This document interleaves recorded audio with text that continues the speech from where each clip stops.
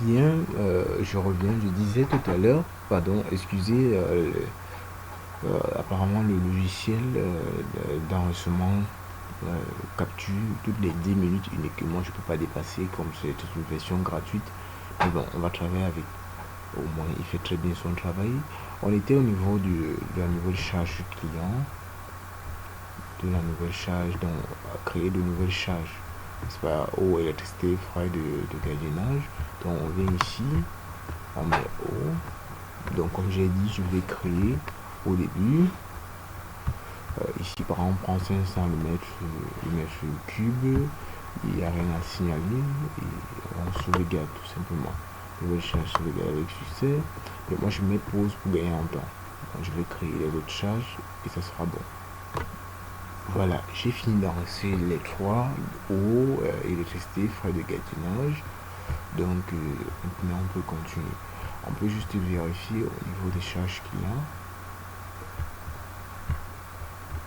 Charges clients ici.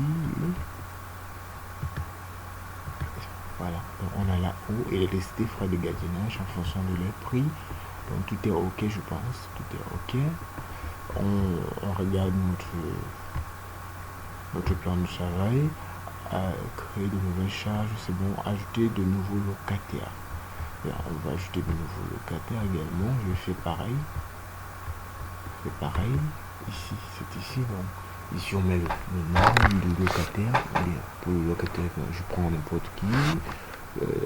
Disons un nom de chez nous. Jolie belle. Disons Kamga.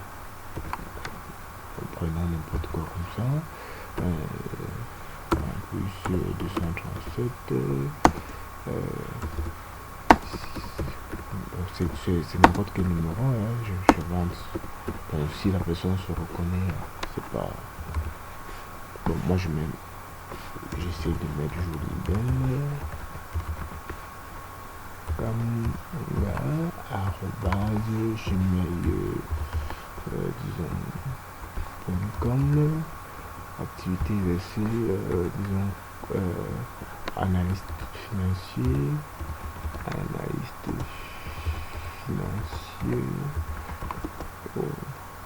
disons, aux brasseries du Cameroun. Par exemple, c'est n'importe quoi. Du Cameroun, nombre d'habitants, disons juste 4, locataire, RAS, je sauvegarde, pour le locataire, je avec succès, ok, c'est bon. Donc pour le reste, je continue comme j'ai dit. Et là, je suis au dernier, je pense, Stéphanie Mbida, c'est aussi quelqu'un que j'admire beaucoup.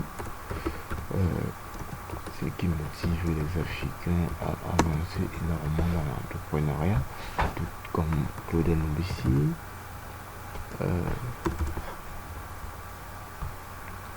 Bien, le dernier, Philippe Simon, un autre que j'apprécie. Bon, excusez-moi si j'écris mal, parce que là, je ne connais pas très bien l'orthographe. Donc, ce sont des personnes que j'admire beaucoup, des personnes qui sont lancées en entrepreneuriat au Cameroun et pour qui ça marche très bien. Donc, je mets le nom, parce que ce sont des modèles. Bon, je me pose pour gagner aussi en temps. Donc, c'est fini pour les locataires. C'est fini pour les locataires. Maintenant, on part voir locataires. Donc, on a la liste de tous nos locataires, les numéros de téléphone, ainsi de suite. Bon, les paramètres qui sont ici sont les paramètres de la prochaine version. Dans la version upgrade, on verra comment ajouter tout cela. Donc voilà ça, on l'a vraiment fait. Retournons au menu. Regardons dans notre programme. Ajouter de nouveaux locataires, vérifier dans les menus locataires, charge client, si de nouvelles informations sont ajoutées. Je pense qu'on a regardé dans l'eau, locataire, charge, on a tout ça c'est bien mouvementé.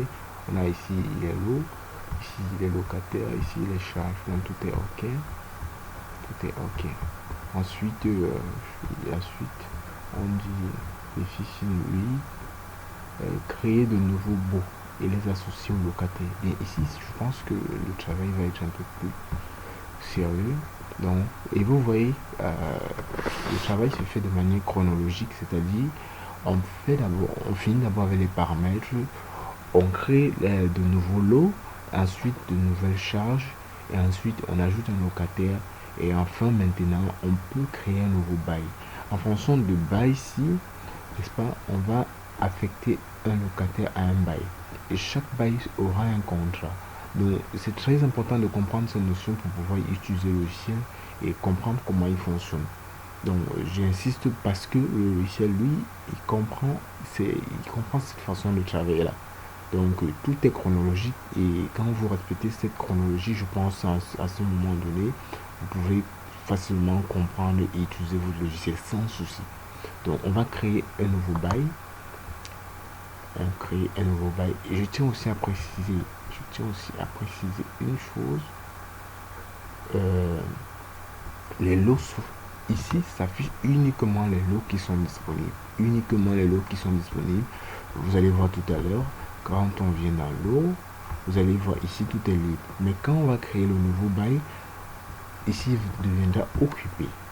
Donc il sera uniquement les lots qui sont libres qui pourront s'afficher là.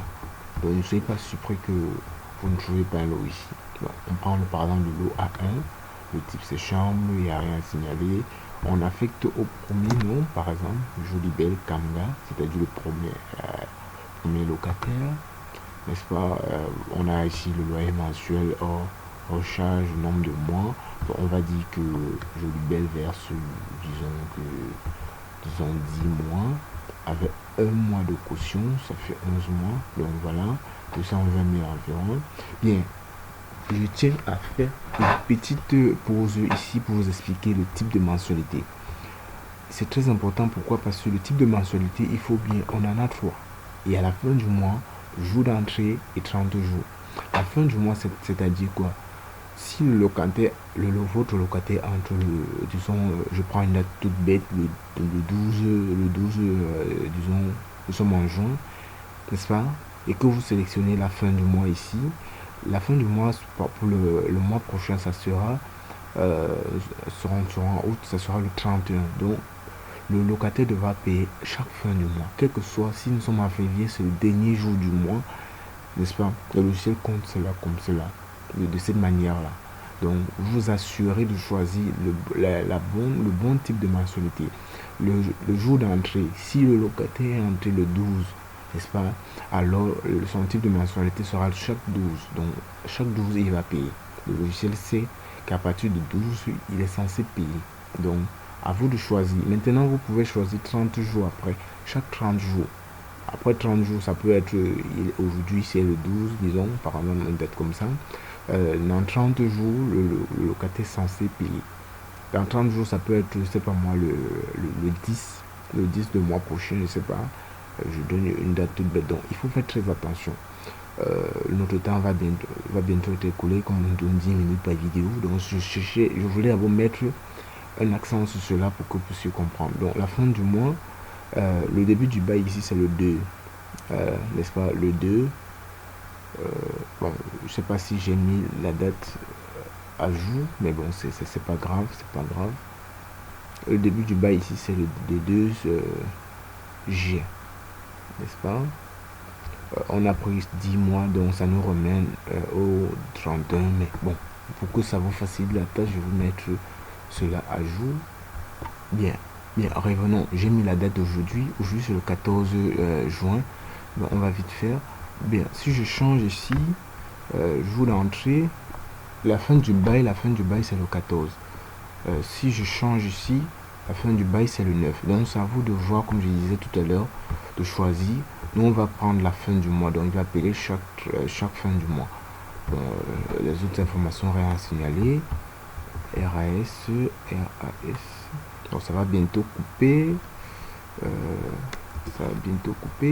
On sauvegarde quand même pour que vous puissiez voir. Donc, tout est dit là. C'est bon. Bien. Nous revenons à la prochaine vidéo pour l'explication.